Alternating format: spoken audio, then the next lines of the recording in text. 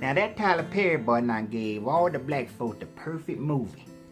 Cause that movie Acrimony, that's a movie made for black people. I'm gonna tell you why. Cause it gave you a movie you can talk to the screen and it's alright. Now welcome to What the Hell with Jeb. This is our movie review of the movie Acrimony by Tyler Perry with that little cute girl Taraji in there.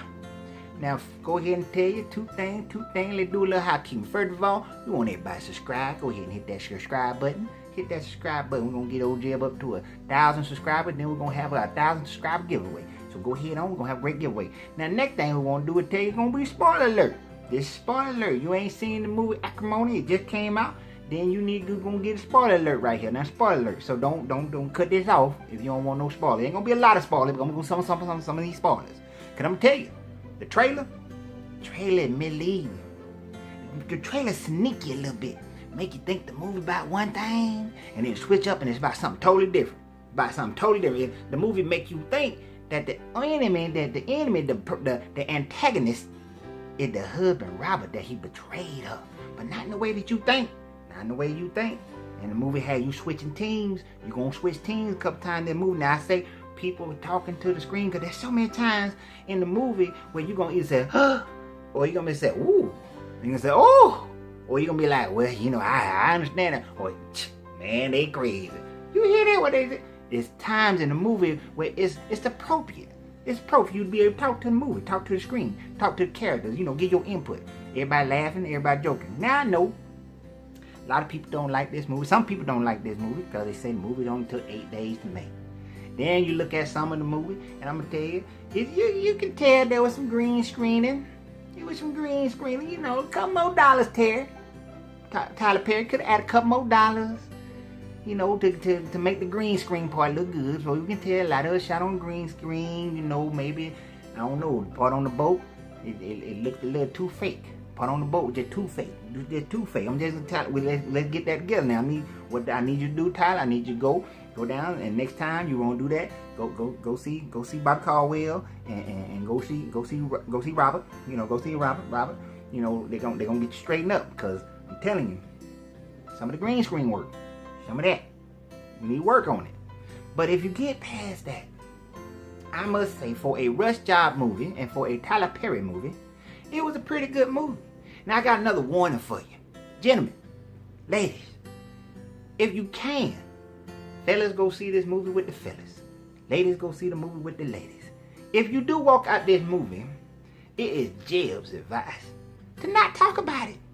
At least give you and your lady friend, your man friend, at least give them a good 2-3 hours to digest this movie. You gotta digest it. You gotta take it in. You gotta digest it before y'all have a conversation. Because I'm telling you, old Jeb and Jim Tay had a conversation about that movie soon as we walked out. And there was some parts of our conversation got a little touchy. Gene Tay got a little touchy with me. Gene Tay got a little touchy with me after we watched that here movie. But I'm saying, give yourself a little time. Have a little something, drink a little water, eat you some fruit. You know, they want to promote health. So eat your little fruit, you know. Don't go meditate, get a little bit. Because there's some points to this movie. Now, this movie is about about a young love that meet each other. They meet each other. Now, what the main message first I want to get to you is that I think everybody need to take their young teenagers and young adults to go see this movie. Let me tell you why. Jeb gonna tell you. You need to go take them to see this movie, because this movie shows you how sometimes we emotionalize things, and when we emotionalize it, we are not thinking through our decisions. We see young people, when he first met Taraji P, see, it starts out kind of in the middle, and then they ask Taraji her story, so she go back, she gonna tell it from when they were young, how they first met, right? How they first met. Now her monologues are good. Her monologues, her narration of the movie is an excellent thing. I love the way she monologue, because it's all from her perspective, and so we gotta take that into account. We ain't hearing Robert's perspective. We just hearing Taraji's perspective. Melinda, her name Melinda in the movie, so her name Melinda. So if I flip flop between two, don't worry about that. You know who I'm talking about. So we're going through the movie, and she's narrating and everything. That's all good. You know, we like to hear her talk. You know, she telling her story and everything. But from the very beginning of the movie, the way they meet is in the rain, and Taraji's character bump into Robert's character. Now, right in the beginning, when they bumped into each other, Taraji got mad. She got real mad. She got so mad it didn't even make sense. And then she started beating on the boy. Now, I don't know what fool boy let some woman beat on him, and then he's still helpful after that. He's still going to come back to her dorm and bring her paperwork, bring her pages, and then offer to help tutor her and all this kind of stuff, right, which he still got an F on the paper, but help tutor the little girl. Now, I'm not understanding. Right there, young people need to learn that if you meet a woman and you just accidentally bump into her and she start beating on you, you don't need to date her. She need anger management. Showed her right there she need anger management. She got problems. And maybe you don't want to go along for that ride. You don't want to go along for that ride. But at the same time, she meet this young fella. The young fella's a dreamer. He got a dream. Not Martin Luther King dream. He got a different dream. He got a Bill Gates dream. He got a dream of building this battery, this self-sustaining battery, rechargeable battery. And you know, he want to be a what they call him? They called him in the movie a green billionaire, a billionaire that's green, whatever they call it, a tree-hugging billionaire. Now he got this dream. Now ladies, when you marry somebody who got a dream, you got to understand the temperament of a dreamer. You see, a dreamer will sacrifice everything. A dreamer always see the picture of them winning. So it don't matter how much your financial struggle is going to be. The dreamer going to think we're going to come out of it and we're going to be wealthy and rich. The dreamer going to tell you about, I'm going to buy you this boat. The dreamer going to say, I'm going to buy you this ring. The dreamer going to say, we're going to fly to Paris. We're going to have this, we're going to have that. The dreamer going to tell you all that stuff. But recognize the dreamer is telling you that because that's what the dreamer wants. It ain't about what you want. It's what the dreamer wants. There was a part in the movie where she said, you never asked me what I wanted. You never asked me what I wanted, and I just want you to get a job. You married a dreamer. The dreamer ain't gonna be able to get a job and hold it down. Trust me, Jeb know a lot about that. Cause when the dreamer got it in her mind that she gonna do something, it can't be nothing else. They'll struggle. They'll struggle through everything to get to that dream. So you gotta recognize when you dating somebody, you look at somebody, you say, he a dreamer? Oh yeah, I'm more corporate worker. I can't deal with a dreamer. So you gotta be able to recognize, dreamer be with dreamers. You know, starving artists need to be with starving artists is. Unless you can understand. And the other part of that, if you can make daydream your dream, then you might be able to work that out. But see, they struggle. They had a lot of struggles. They were struggling a whole lot. You know, and Jay was watching the movie, and he was seeing how she was taking it. See, to her, she saw him as a con man, taking all her money and putting her money into his dream, because her mama had passed on, and she left her all this money in this house, and she saw him as a con man, taking the stuff. Well, what he saw was, I'm facilitating the dream, and it's all going to come back in the ROI. That, for y'all who don't know ROI, Jay know a little some term, that's the return on investment, right? That's the return on the investment. So what had happened was, what was going on, is that, you know, he saw all the money going into the dream and they were going to get paid back 10, 20, 30, 40, 50 times. But see, if you with a dream and you don't see that, you may not get it. You may not understand that. So he didn't see it as her taking his money, but that's how she synced it. She synced it as the money being stolen and taken, that he owed her for all the money and the struggle and that sort of thing. But as a dreamer, he didn't see it that way. So you gotta understand, ladies and gentlemen, when you marry somebody who's a dreamer, if you can't live their dream, it ain't gonna work. And if you try to put handcuffs on the dream, you're gonna cause problems in the marriage. You're gonna have issues. Cause we get to points in the movie where the young man, he started being broken in his dream. He started thinking that his dream wasn't gonna come. He had the tenacity. It's different when you have those people, they got dreams, but they ain't got no tenacity. Where they ain't got nothing about them. They say, I'm gonna go out here and I'm gonna make it. I'm gonna go out here, I'm gonna do what I gotta do. Nah, this man wrote letters every day, every week. He wrote letters. He's showing up at the people who help you make your dream reality. He's doing the work. He's putting the time in. But what he's not doing, he's not putting the time into his marriage, though. He ain't putting the time into his marriage. And because he ain't putting the time into his marriage, Taraji Melinda can't really live the dream with him. See, if you got a dreamer, and you working on your dream, you got to make sure the people who are in your marriage, in your relationship, in your circle, that they understand, that you making sure they feel passion of your dream. Now, one of the biggest problems in the movie is that Taraji's sister now, they got their business all up in their business. So you got to keep people out your business. You got to be like, somebody say somebody's business, you're like, whoa, what the hell? What the hell? You can't come into my business. I need you to stay back. I need you to keep back. You know, especially Taraji Melinda should have been good at that, because she got anger problems. That's the one of the things about the movie. When you first look at this movie, y'all gonna be on Taraji's side. You're gonna be on Melinda's side. Melinda, even though she had her anger problem, even though she almost killed that man, and then she injured herself in the very beginning before they even got married. You gonna say she got anger problem. Y'all gonna see that this man got dreams, and the way she narrated, because she just telling her side of the story. See, I always see Jeb always tell you that there's her side. There's his side, and then somewhere in between there's the truth. There's her story, his story, and somewhere in there's the truth. In between the two stories. So you got to get in between the two stories. So you just letting her side of the story. And on her side of the story, you're going to side with her. You're going to think she right. That right. He keep taking her money. He keep on doing the dream. She working 2 jobs. She dropped out of college. She doing all these things to facilitate that man's dream. And that's right. That's wrong. She doing all that. And if he's not showing gratitude for it, got to show gratitude. Got to have gratification. Gratitude got to come back to the person. So, you're going to be on her side. But then as they go through the movie, you get into the second act of the movie, where they come into real time. You start to realize that he's struggling, that his dream is being sucked out of him because his marriage is being sucked out of him at the same time. And that her dream for life has been sucked out of her because her marriage has been sucked out. Let me tell you, see, Jeb, let me tell you something now. Jeb been around block a little long, Jeb been here for a minute.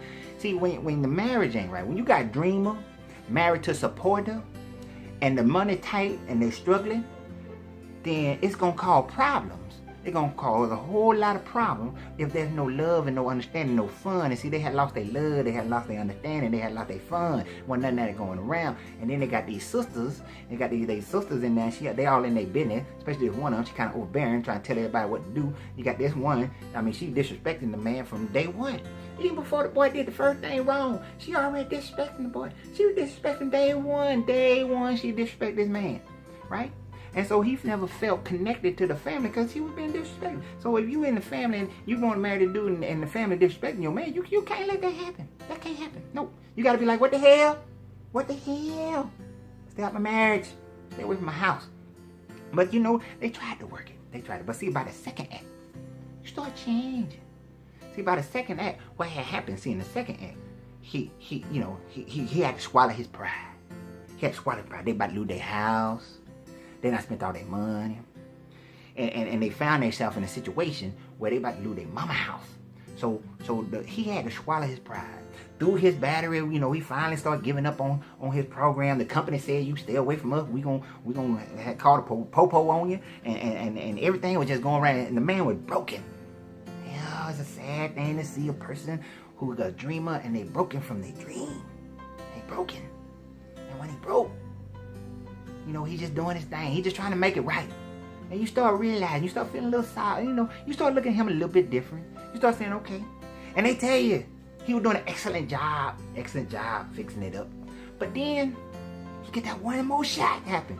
He get that one more shot because somebody from their past, ain't gonna tell you about, I don't want to spoil that person, somebody from their past. See, she start watching all his video. Now, this man been going to the company. This man been supporting his dream so much that he known throughout the company as the psycho with the battery. They call the man the psycho with the battery. I was like, what the hell?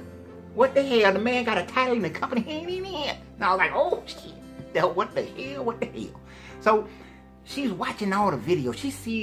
And in the video montage that she watching, you can see him go from spirited, high-spirited dreamer, believing that he's gonna conquer the world, all the way down to the broken dreamer who's just still trying, but knowing that his heart may still a little bit be in it, but it's like the Grinch small heart.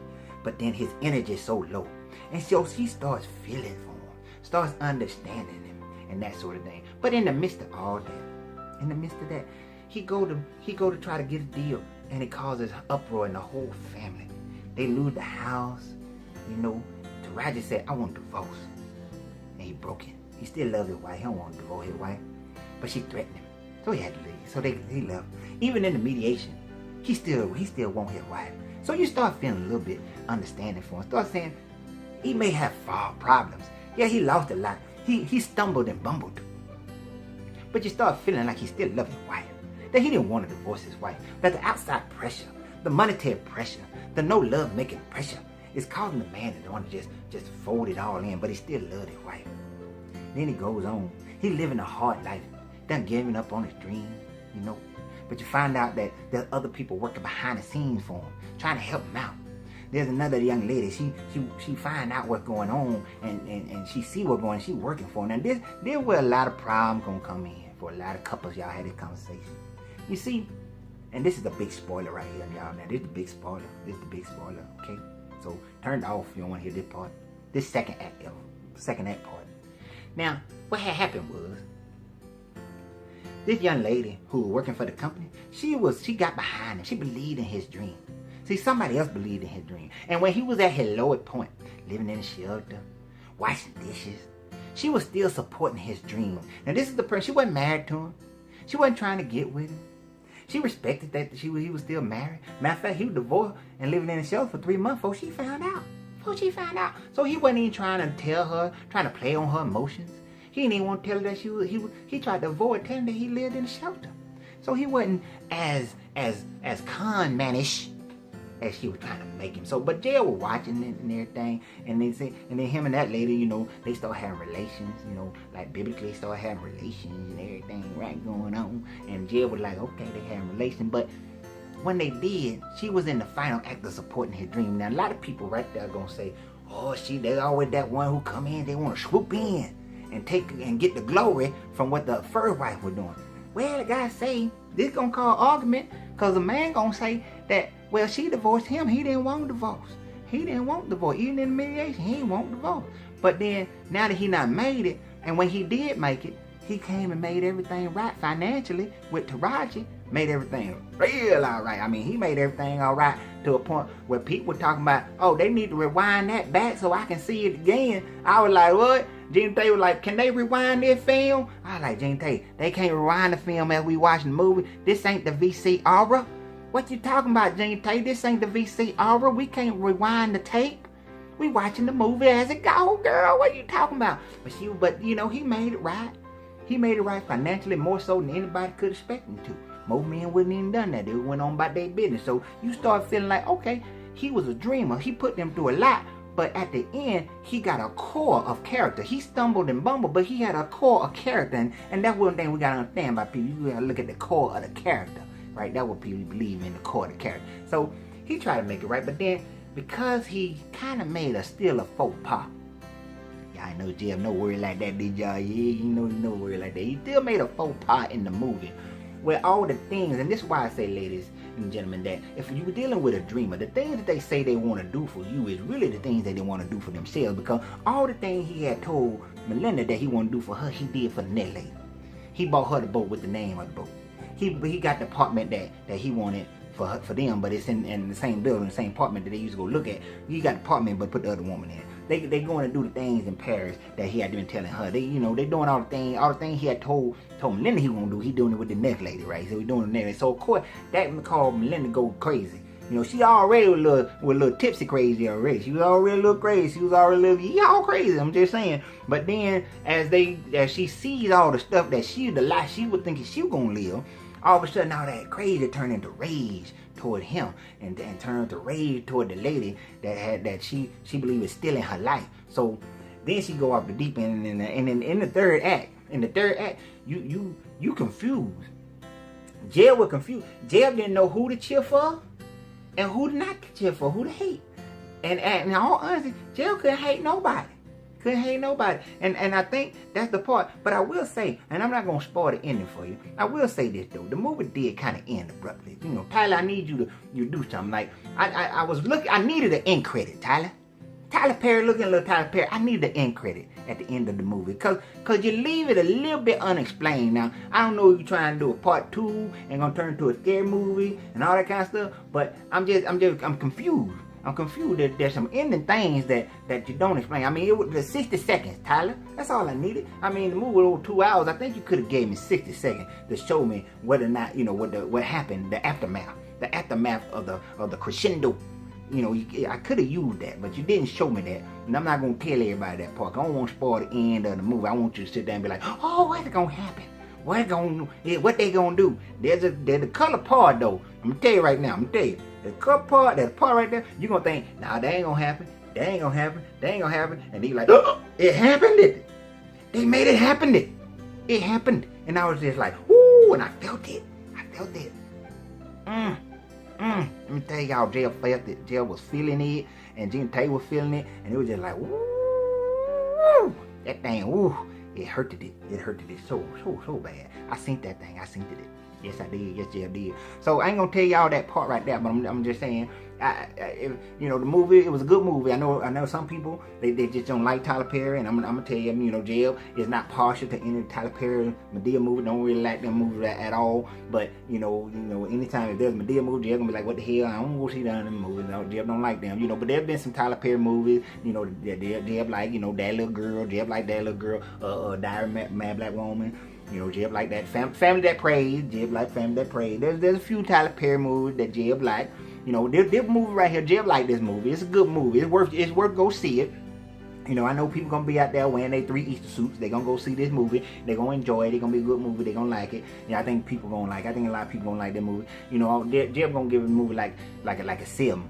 Like Jeb give it a 7 on the movie. You know, only because, you know, it was a rush movie. That the movie had some green screen looking issues, and they left you at the end of the movie with some questions, you know, but it wasn't good questions. You know, it's like you needed that finality in that part. So Jeb can't give it higher than a 7 now. The acting was good. You know, Taraji did a good job. You know, the young man that played young Robert, I enjoyed his acting. It was good. It was good. Jeb didn't like that. Jeb liked that part real good. So we're gonna give this movie a 7. You know, there are people that you ain't gonna like in the movie. There are people you gonna like in this movie. There's blasé people. You know, there's a lot of talking. You know, this movie make you talk to the screen, y'all. Y'all gonna be talking to the screen. So it was a good movie, and if I appreciate everybody who came here and watched what the hell with Jeb movie review of the movie Acrimony.